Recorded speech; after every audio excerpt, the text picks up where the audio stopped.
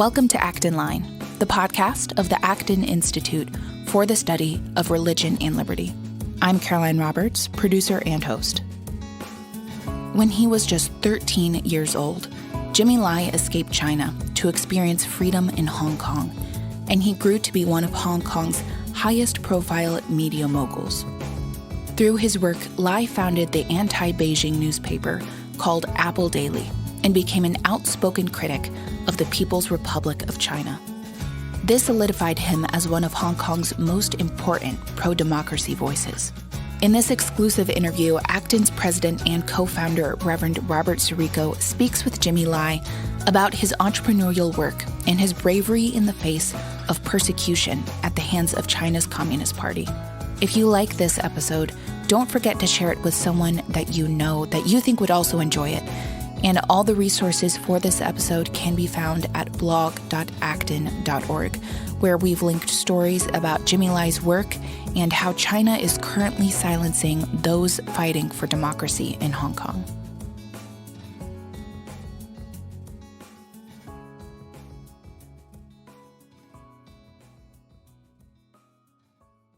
What's the experience of a person who has lived under communism to now come to a place like Macau or Hong Kong?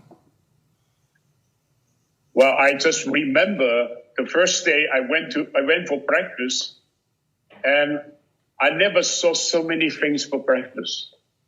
And the food was there, and I was so moved. I was crying. So actually, food is one of the freedom when you have food. Sure. So you're no longer hungry. It's part of the freedom. But what is more exciting was I was very poor. I had nothing. I had to work as an object worker in a factory. But I was so happy because the hope of one day becoming something, of one day having my own family, of one day have accomplishment, all the dreams. That was such a cherishing experience. So you're saying the whole atmosphere was different? What was very different? It was like, in a different world. Yeah. It was like that, I was put in a different world. It's just like heaven for me. I slept in a factory. I didn't have a place for myself, but I was so happy. Just because I can see that the freedom in society, the people who are surrounding you are giving you all the opportunities to prove yourself, to strive for something you want to be. And this is like a dream. It's called freedom. It's called freedom. Yeah. So you're in the 60s, you begin to work and to meet people, you're beginning to improve your English. And you begin to work. You're a natural entrepreneur. Tell us a little bit about how you built your businesses. Well, first, I built my English. I bought my book, a pen, a man, a pen, and a man, and I used the dictionary to learn English. That's why even today my English is, doesn't pronounce exactly, just because, it's self-learning. Sure. And then I worked in a factory, and I was lucky enough to know somebody who came from Germany to inspect the goods in the factory, and I was assigned to take care of her because I spoke a little bit English. And she actually later on gave me a job to work in her office. From there, I then became a salesman for a factory that I worked with from her factory because she is an exporter. And I had to work with the factories, and one of the factories assigned me as a sales representative in New York. And that's where... So you come to New York. Yeah, in 1969. I remember that year was... the Rostock, the musical Woodstock, the Woodstock. Woodstock. That's Yes. Woodstock, 69. I was living in Brooklyn and invited by some friends to go to Woodstock, and I said, Right. I think it's going to rain this weekend. Did you actually go to Woodstock?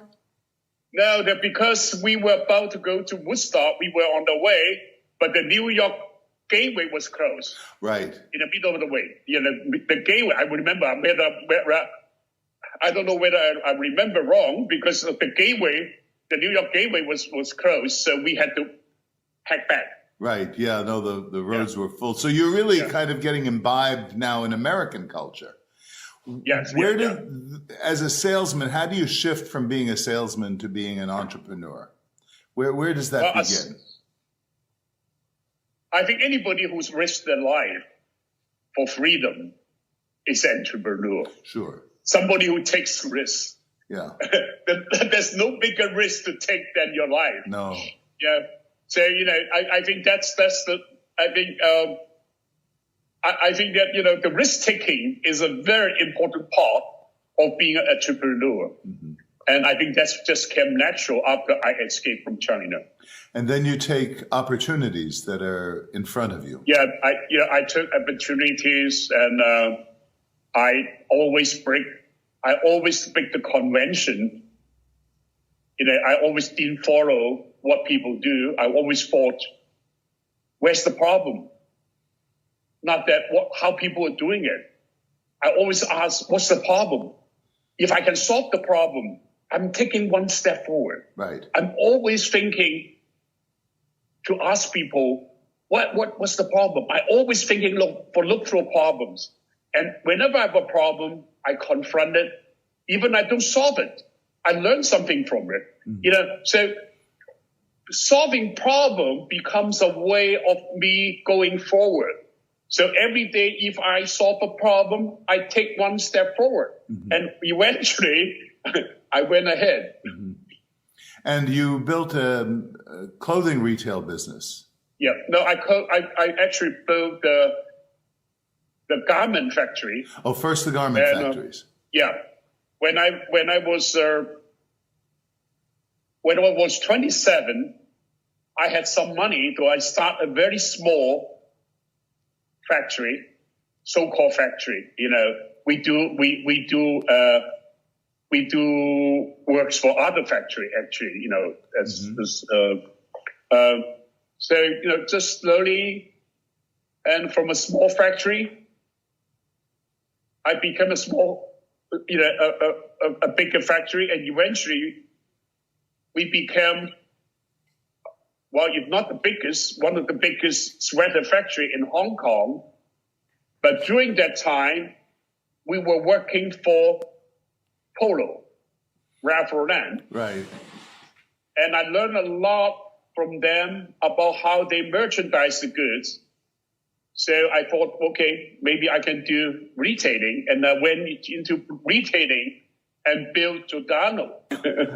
And that became one of the largest, if not the largest, sweater company initially in Hong Kong. You could still see them. The chain, the retail chain. Right. The largest in Hong Kong. Yes. Originate from Hong Kong. And I had to sell my retailing business when June 4th happened, that I participate into the June 4th campaign. And this is what year? It is 1989. 1989. Yeah, but the persecution from China did not come until a couple years later, when I wrote a letter to condemn Li Peng. Li Peng was the premier of China at the time. Yeah, the premier. And they said that, well, we're going to close your Chinese store if you don't sell. So they gave me like 5 days, and I sold it to the fund. And I left my retailing business and went into the media business then. I start the magazine and then I start the newspaper. We're going to talk about that in a moment, but it's interesting that in 1989 you are forced to sell your business because you're speaking out. Right. I was supporting the student movement. Right. Now, this is at the same time that the negotiations are going on for the handover of Hong Kong to mainland China. What were those debates like from your perspective? I mean, here you are, not just a Hong Kong Chinese, you are a mainland Chinese who's now living in Hong Kong and living as a businessman. Right. What did you think about those things? Well, at that time, we were actually, a lot of people were scared and emigrate. And since I have business in China and in Hong Kong, actually China business, we still have the factories there without the retailing store. So you were going back and forth from the mainland to Hong Kong? Remain in Hong Kong. So I was very optimistic, even though, the June 4th massacre happened. But I thought that, China, with the people so brave to confront the communists, we will be able to crack it. This was Tiananmen Square. We're talking about Tiananmen Square. Yeah, Tiananmen Square. Yeah. So I was optimistic. I stuck around, and in 1990, I had my magazine, and it was an overnight success. It's a magazine I launched because I saw the problem in the media business, that everybody was so chicken out, so scared that they went into self-censorship to avoid offending the communists, the CCP. Yeah. So I said, well, if all of you go into self-censorship, you leave a vacuum for me. So I launched the magazine as a positioned magazine to the Chinese communists, and then it was successful. So you're what I see is happening here is you're a man who has experience of entrepreneurship, of marketing, and then you need another opportunity because the communists have cut off your clothing business in effect. Right. They forced you to sell. And you decide rather than retiring to go into not just another money-making potential, but a protest, a magazine that is going to be speaking truth to power. Right. Well, opposition, because I thought that if I deliver information, I'm in the business of delivering liberty. Right. So, I was so passionate about this business, and I also saw the problem of the market. It's a vacuum there because everybody was trying to, get into self-censorship. Sure. So it's a good opportunity for me to go in. So it's a combination of freedom fighting and business opportunity. And entrepreneurship, Yeah, it's amazing. And at this point, you see potential for China to come out of its draconian, communist, closed mentality. And what you're trying to do is push the society. I was pushing. I was getting into the business, and then I started the newspaper, and then I became the biggest newspaper. Then I started a newspaper in Taiwan to leverage my newspaper in Hong Kong. I thought that, if I have a newspaper in Taiwan, which will give me a great leverage as a protection to my Hong Kong newspaper. If the Chinese communists want to crack me down, they have to consider my presence, my media presence in Taiwan, because they want to reclaim Taiwan also. Yes, sure. So Yeah, and that was that's why we were in Taiwan also. Now we've talked about the business, and I want to come back to this because this is going to get us into some very interesting current events, things that are happening right now. Right. But at some point along this journey of coming to Hong Kong and seeing the West and building businesses, you undergo a spiritual conversion. Well, when the turnover of 1997 was approaching, a lot of people told me that if they have to arrest a dozen people, you'll be one of them. And maybe I was in fear, maybe subconsciously at least, because I did not feel the fear of considering or migration, considering anything. And then naturally, I convert to Catholicism. What were the influences for that? I think my wife is the biggest influence because my wife is a very devout Catholic, and I think that's the main reason. You saw her life, you saw her prayer. Yeah. I went to I went to church with her every Sunday, but I never thought I would convert. The time wasn't there, but until 1997, it all of a sudden it became so natural that I convert. And after conversion, I was even more of myself, doing what I want, what I think is right. And everything becomes so natural. I've been fighting for freedom. I've been fighting for democracy, but I never was thinking that I was doing this for the society, or I was doing this for somebody. I was doing this for a mission. I never thought about this. Everything was just as I was doing it, as I should do it, and never thought about whether I'm doing it for the society or anything else, with the notion that I know what I'm doing is right, but you can never, for sure, what you're doing is right. You could be wrong also. So that humility keeps me within my own perspective of fighting for freedom. Are you saying that at some point with this natural kind of, you just kept taking the next step, right.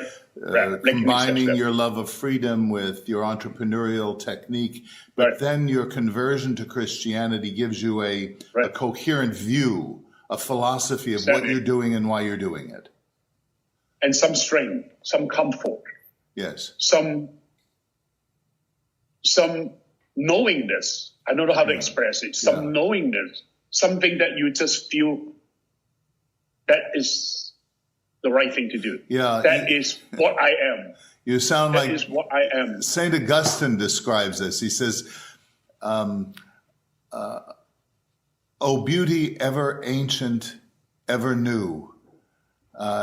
He finds something that is new, but that was ancient to him, and that the new uncovers this beauty. When did you meet Cardinal Zen? Cardinal Zen is another of the great... when I convert, Cardinal Zen was a priest who converted me. He was at that time a bishop. Okay. We should say who Cardinal Zen is. Most people who will have followed the protests know that Cardinal Zen was like you. I mean, he's another one of the ones speaking very forcefully about freedom in China. Yeah, that's why we are such close friends. Yes.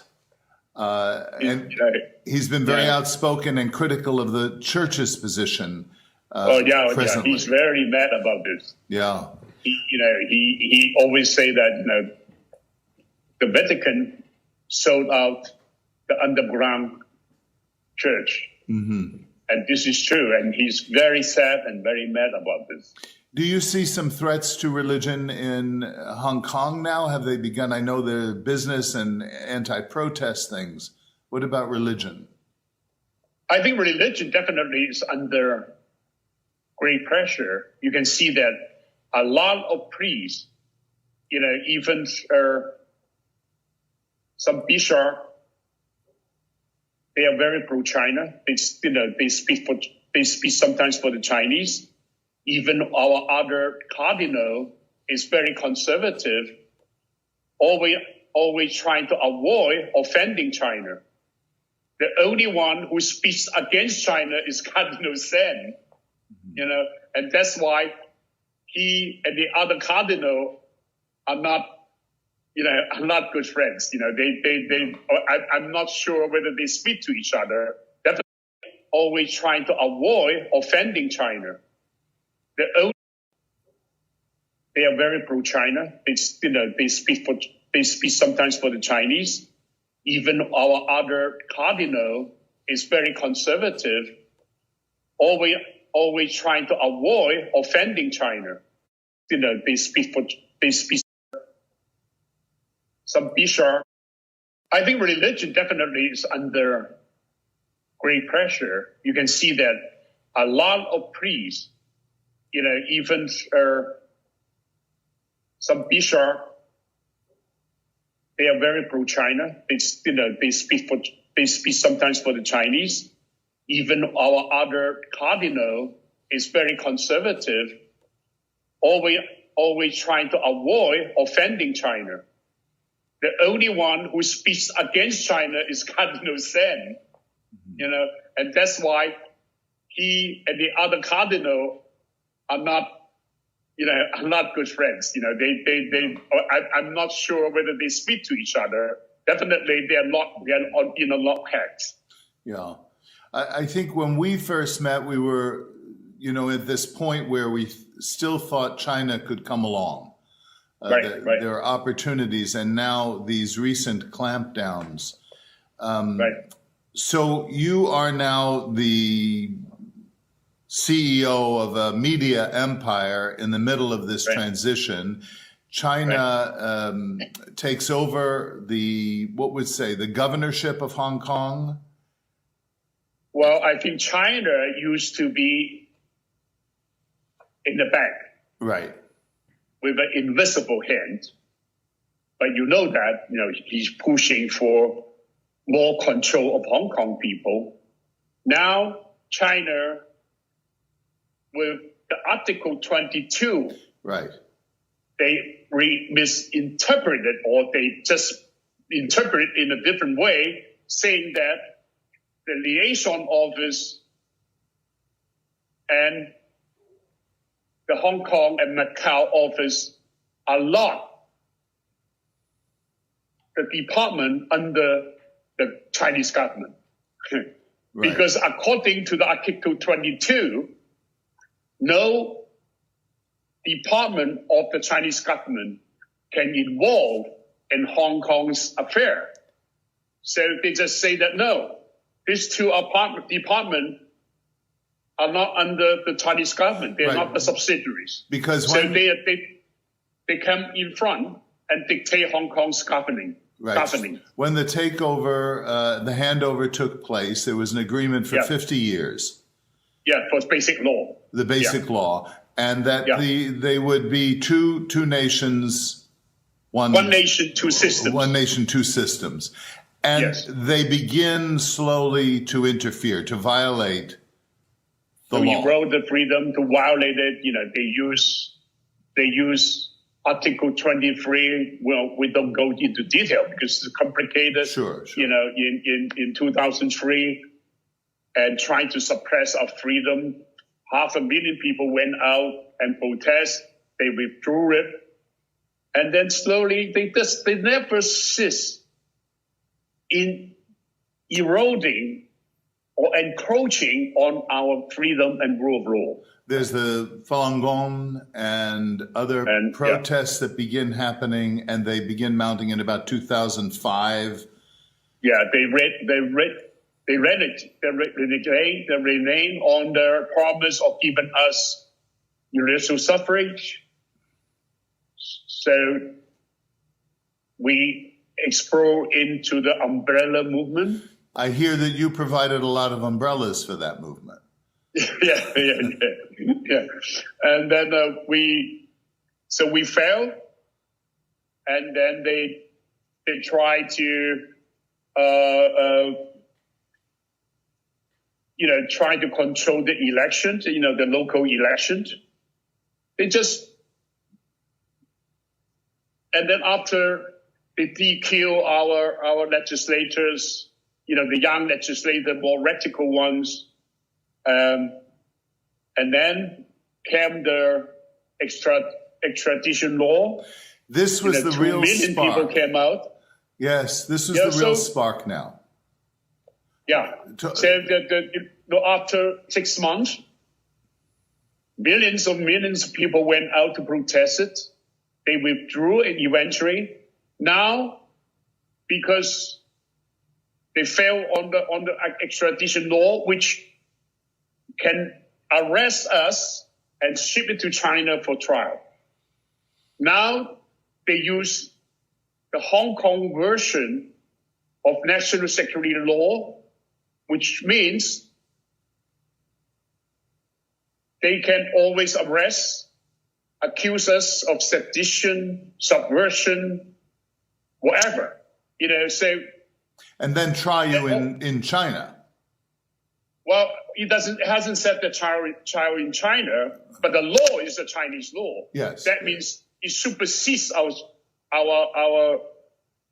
basic law. Yeah. And the whole law was imposed on us, surpassing our legislative council, just imposed on us. So that means our rule of law is destroyed. So will be the financial center of Hong Kong status. Sure. Because without the rule of law, there's no financial center. Because people doing business here will not have protection by the law. Right. Instead, they have to bribe the official who have power over them to protect them. Just like in China. Just like in mainland That's like in China. And also, without the rule of law, there won't be mutual trust. Without mutual trust, the financial transaction in seconds of millions dollars could not be possible. It evaporates. So it totally destroyed the financial center. So this is here. A whole bunch of things that freedom can't be compartmentalized to just freedom of speech or freedom of religion. Once it affects enterprise, it affects everything else. Exactly. You became more and more public. I mean, you were already public in publishing the petition of Hong Kong status. Sure. Because without the rule of law, there's no financial center. Because people doing business here will not have protection by the law. Right. Instead, they have to bribe the official who have power over them to protect them. Just like in China. Just like in mainland China. Like in China. And also, without the rule of law, there won't be mutual trust. Without mutual trust, the financial transaction in seconds of millions dollars could not be possible. It evaporates. So it totally destroyed the financial center. So this is here. A whole bunch of things that freedom can't be compartmentalized to just freedom of speech or freedom of religion. Once it affects enterprise, it affects everything else. Exactly.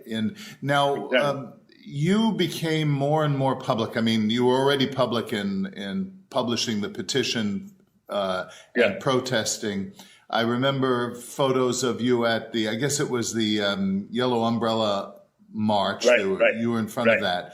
I was there every day. I have come to visit you in your home any number of times over the years, but the last visit, I remember you sent your car to the hotel to take us to visit you. And as we were driving up your street, I was writing something or looking at my phone, and all of a sudden there was these lights around me, and I didn't know what they were. Right. And I realized they were paparazzi.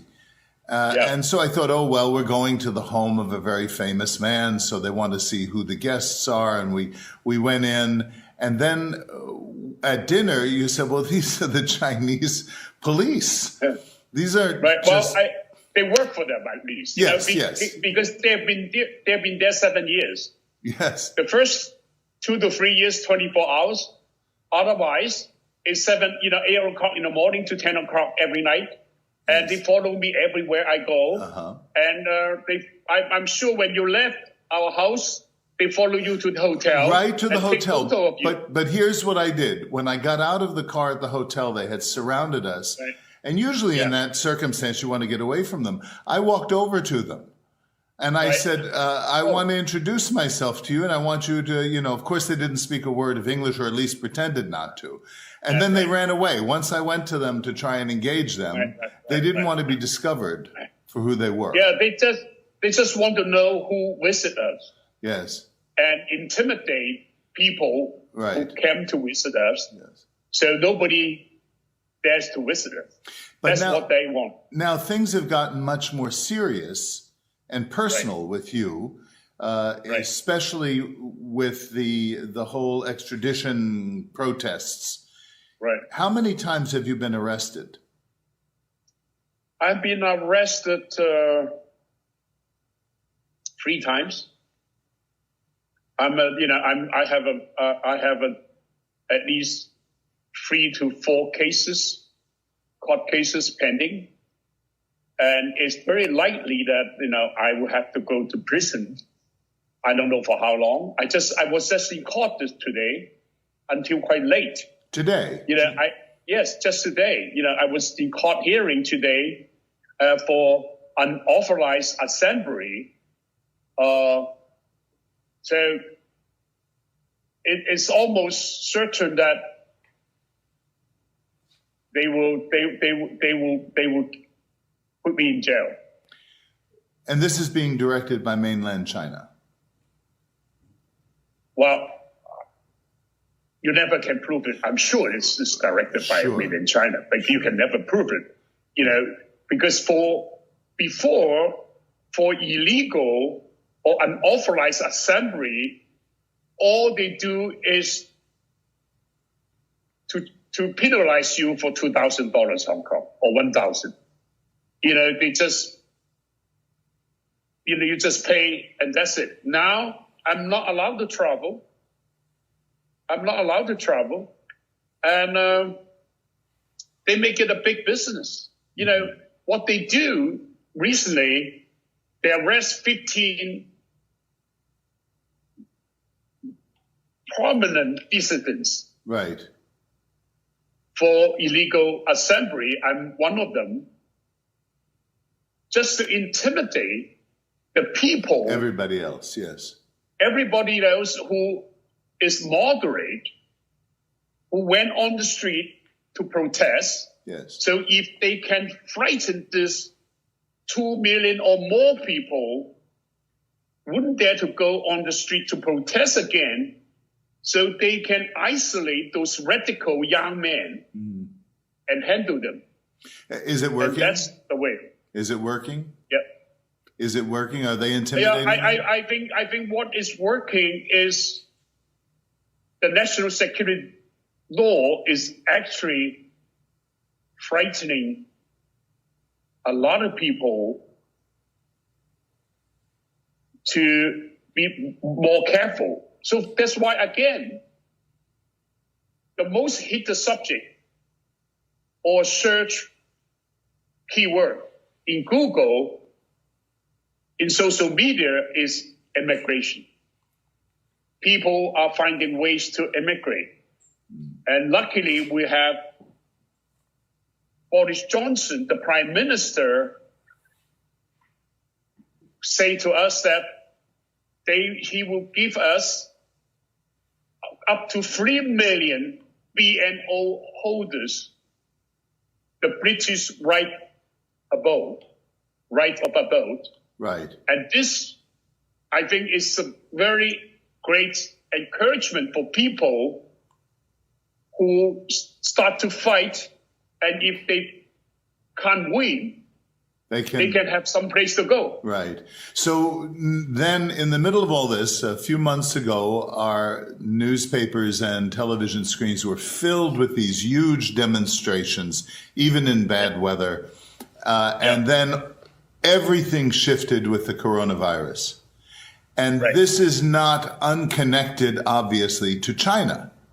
I mean, tell us, you draw a fabulous connection between the virus itself and the lack of freedom and what happens when people don't have freedom. Draw that picture for us. Well, President Trump, your government,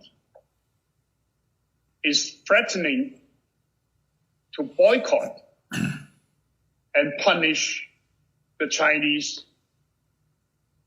for the spread of the coronavirus. I think that is very good. But I think the best thing to demand from China is for the CCP to give the Chinese people the freedom of speech. Because if China had the freedom of speech, the first doctor who discovered the virus, Li Wenliang, would have aired the news in the social media, and people would have taken measure to protect themselves, and the government would have forced to contain that small area which is virus infected. Right. The world would have saved all the lives, the millions of jobs, billions and billions of dollars, and the sufferings. So the freedom of speech is no longer an internal affair of China. If without that, the world will be threat. The world, the people's life, the well-being, the wealth will be threat. Right. This is an international affair. Yes. The international community has the right to demand that freedom of speech be given to the people to avoid the same thing happen again to the world. Because China is one of the major origins of virus. Mm-hmm. It's amazing to see your ability to have this holistic vision, this comprehensive view of freedom of enterprise, freedom of speech, freedom of travel, the freedom of religion, to have a coherent view of the whole and how this is not just Chinese, but this is global. But this is Western. That's why we are formed in Xi Jinping's eyes. It's because we share the same value as the West. Yes. We are a bridgehead of the Western value. And that's why we are so precious as a small island, because as a bridgehead of the Western civilization's value, we can actually spread that value to influence the Chinese in China. So we'll change the attitude of the Chinese when they deal with the outside world. The world will not have peace if China impose the value when dealing with the outside world. Mm.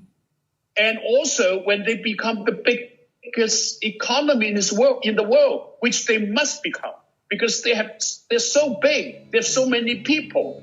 Yes. So if now we don't confront, instead of appeasing China, we will have a world without peace in future. That's why President Trump can change China now when China is still not the biggest, especially now when China, after the coronavirus, its economy is at its worst. The Chinese government is facing a world which scrutinizing everything they do now. They don't trust the Chinese as they did before, thinking that the Chinese, when they get rich, they will become more like us. No, they become more different from us.